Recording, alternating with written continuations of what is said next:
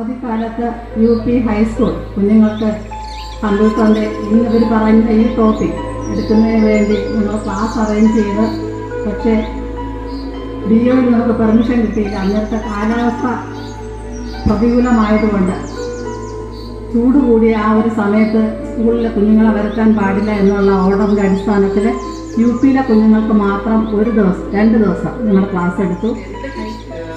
നമ്മൾ വലുതാവുമ്പം എവിടെയൊക്കെ എന്തൊക്കെ ജോലിയിൽ എവിടെയൊക്കെ നമുക്ക് യൂസ് ചെയ്യാം. ബിക്കോസ് ഇനി വരുന്ന കാലത്ത് എന്തെങ്കിലുമൊക്കെ കമ്പ്യൂട്ടേഴ്സ് യൂസ് ചെയ്യും. ഇപ്പോഴേ നമുക്ക് കാണാം അല്ലേ, ഒരു കടയിൽ ചെന്നാൽ കമ്പ്യൂട്ടർ ഉണ്ട്, അല്ലെങ്കിൽ എവിടെ ചെന്നാലും ഹോസ്പിറ്റൽസിൽ അല്ലെങ്കിൽ ഈവൻ സ്കൂൾസിൽ പോകും അല്ലേ.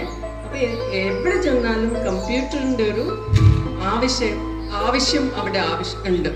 അപ്പൊ ഇങ്ങനെയുള്ള കാര്യങ്ങൾ, ഈ എഴുതേണ്ട കാര്യങ്ങൾ എത്രാന്ന് വെച്ചാൽ നമ്മൾ എഴുതിക്കൊണ്ടിരിക്കും. കമ്പ്യൂട്ടറിലാണെങ്കിൽ നമ്മളത് ടൈപ്പ് ചെയ്ത് വെച്ചാൽ പിന്നെ എപ്പോൾ വേണമെങ്കിലും ഉപയോഗിക്കാം അല്ലേ.